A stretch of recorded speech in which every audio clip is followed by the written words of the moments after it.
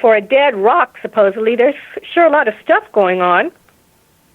Well, again, if there is smoke coming from a smokestack or a vent from the moon, there has to be some type of atmosphere to dissipate it. So, I got a funny feeling we've been lied to about no atmosphere. I think it might not be the atmosphere we have on our planet, but there is some atmosphere up there. Now, is it alien-made? Who knows? But I tell you, we could go on for days about this. There's so many different things on the backside of the moon, like a pyramid, supposedly. Yeah. Yeah. How did that get formed? Mm-hmm. Yeah. I wish that I had more time to talk about.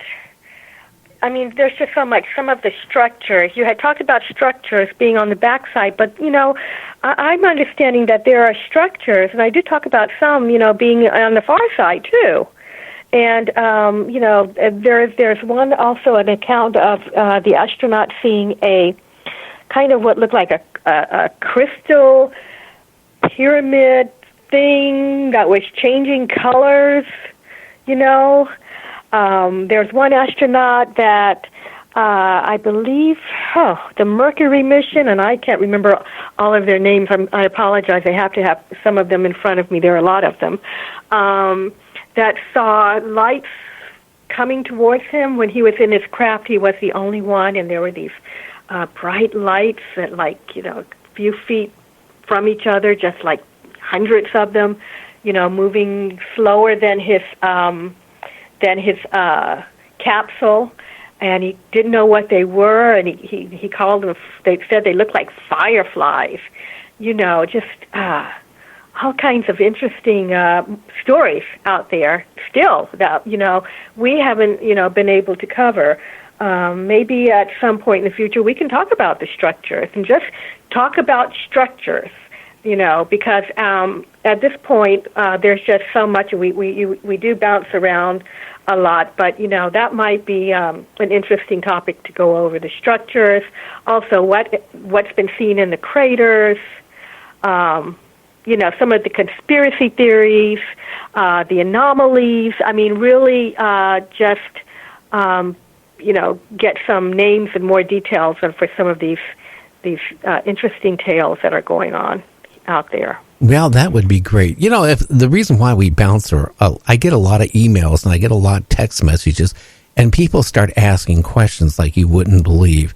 And, I try to keep up with, what the listeners want to hear. So that's why it'll keep varying a little bit, because people are asking a whole bunch of questions about this, and it's just a little bit over to this. Back and forth. So that's what makes talk radio good, especially when it's about the paranormal. Mm-hmm. Well, I enjoy it. So, well, how can people? Because our time is virtually up. How can they find your book? So you can go to my publisher is Adventures Unlimited Press. You can go to their website and order it. You can also, of course, get it on Amazon. If you Google it, just, you can type in Constance Victoria Briggs. It pops up over on a lot of sites where you can order it. You can just put in the title of the book. It'll pop up. It's easy to find. Now, do you have a website at all or anything? I do have a website. My website is just my name, Constance Victoria Briggs. You can, it's just going live. I actually had a website that was hacked, so I had to recreate one. So it's kind of new. I am also on Facebook, and I have a Moon Mysteries page there that just went up, and I will be updating that on mysteries of the moon and what's going on with the moon. You can also find my Facebook page, Constance Victoria Briggs, for this type of, thing, paranormal topics, moon mysteries, what have you. And also, I'm always looking to answer questions. I don't mind. I've got 5 email addresses, and one is just for this, if that's okay for me to give. Yeah, please give it out. I'd like to know what people are thinking, and that's ConstanceVBriggs@gmail.com. You can email me and ask me anything you like about the moon, or ghost or what have you. So I'll also have a blog that will be going up on my web page in the next week. When you do get it up, email me the link and I'll put it up on our website. Okay, to the website, you mean? No, if you send me to to our Gmail account for the show, the link, I'll put it up on our website. We found out today our website is like the number one, or close to the number one website out there for talk radio. So we're getting a huge amount of numbers a day, people going on it. Oh, cool. Very good. Good. Oh. That means people are listening and their minds are expanding. Their minds are opening. That's very good. Yeah. Over 1 million people tune in to the show and download it, play it on demand, listen to it live, and listen to on some radio stations out there. So, I mean, we are covering a large number of listeners. Well, Constance, like always, we'll have to get you back on maybe in a month or so, and we can, we'll talk whatever you want to talk. You're a great guest. Oh, thank you. I really enjoy coming on. It's really fun, and thank you for having me. Okay, kid. Well, you have a great week. Thank you. You too. Take good care. Okay. You take care. Bye. Bye-bye. So anyway, James, moving right along. Yeah. Yeah.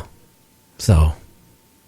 A lot of good stuff right there. I think so. Boy. And I'm trying to figure out what line. Okay, she's on that line. So I think, okay.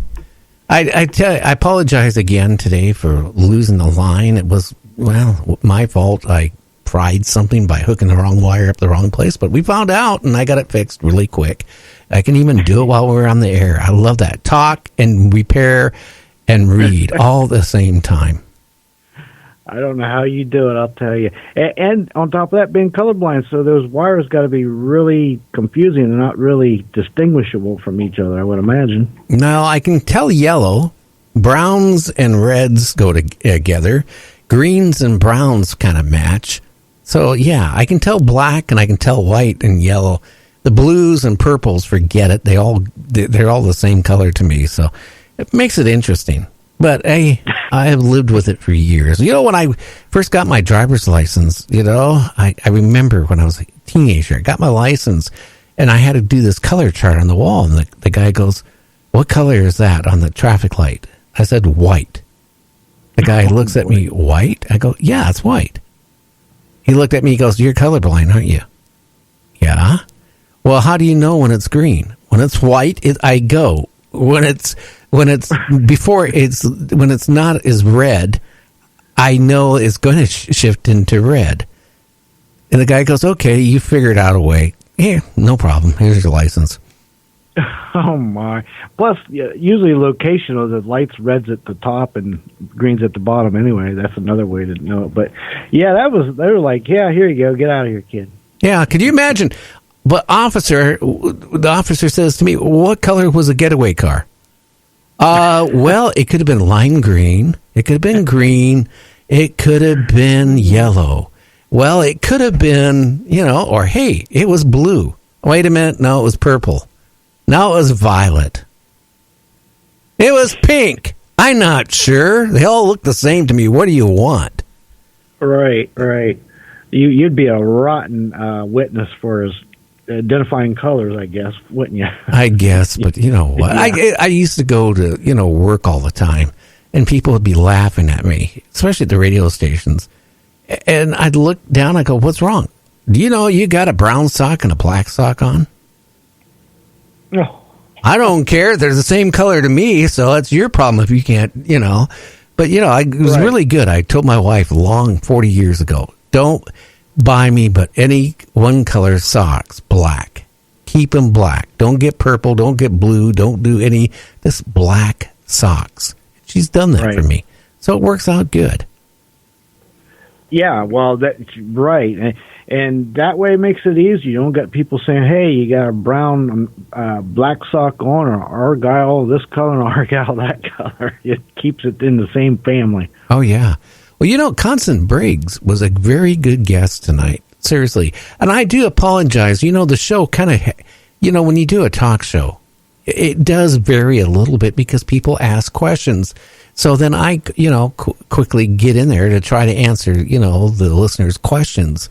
And that's why it varies. And plus, I try to make it as interesting as I can for you, the listener. Yeah, absolutely. And there was a lot of... She's got so much that she could cover with the moon that it'd take way more than one show anyway. No, I think what we need to do is get her and Mr. Norris on and have them on, and we could talk to both of them at the same time. Because you know what? If you think about it, I mean... both of them have the same views, but I'll tell you, the guy we had on Thursday analyzed these pictures, like a pyramid on the moon on the backside, buildings, forts, vehicles, grass-like type of on the moon, trees. Remember he mentioned that there's, pictures of trees on the moon? It tells me if there's no oxygen on the moon or very little, well, how could a tree grow without virtually any oxygen? Yeah, that exactly. But, another thing, I read another thing that, we may discover alien life out there and not even know it because our mindset is we think everything is like here on Earth. Like we think everything's carbon-based or is organic like us. And it could be totally different. It could be something silly different. We don't even recognize it. Oh, you're 100% right. And, they put it this way. They could be toxic to us. They could touch us and be like an acid base to our makeup. We don't know. They could look identical to us or they could look like a giant lizard. We don't know. But you know what? You think about it. We are been conditioned for how many years that these aliens have one eye in the middle of their forehead and have 6 arms and they're, they have fangs. I mean, come on. They always have portrayed for many years as these aliens are hideous. But are they? Right, and we've been conditioned since the early 1950s with all the sci-fi movies. So that's what I just said. We've been conditioned that way. But it's funny, when Star Trek came out, it was kind of like, they're different. Except the one where he was on that one planet and Kurt was battling that, lizard. Oh, yeah. That was a classic, wasn't it? Yeah. And just think, he had to use that transporter to get there and back. And there was that one where he was battling that rock creature, which was kind of weird. The rock creature, that was a good example right there. You would never know that was an alien. It was a rock, but it burrowed through other rocks. Oh, yeah. Well, guess what, James? Our time is up. It went by so freaking fast like normal. Again, I want to thank you for giving the news and all that stuff. People love hearing Earth changes, the paranormal news. I mean, it's a major hit on the show, and I want to thank you. You do a great job. A big shout out again to Earl Grays with his bumper music that he has supplied us, and to Tom with Metatron Power and Light. And if you want to see what Metatron Power and Light, the members of the band look like, just for the next day or two, just click on to nightdreamstalkradio.com. They're on the cover page, so you'll get to see Tom and all the rest of the group. So all I can say is thank you guys. A shout out to all our friends, our family members out there, the truckers that have made the show grow. Well, till tomorrow, James, I just wish you a good evening. I'm glad you're not going to be freezing your buns off tonight, my friend. No, thank you for giving me a chance to do the news, and thank you for the guy that finally fixed my heat, and I'll talk to you tomorrow. Okay, and to everybody else, we'll catch you tomorrow. You're listening to Gary on Night Dreams Talk Radio.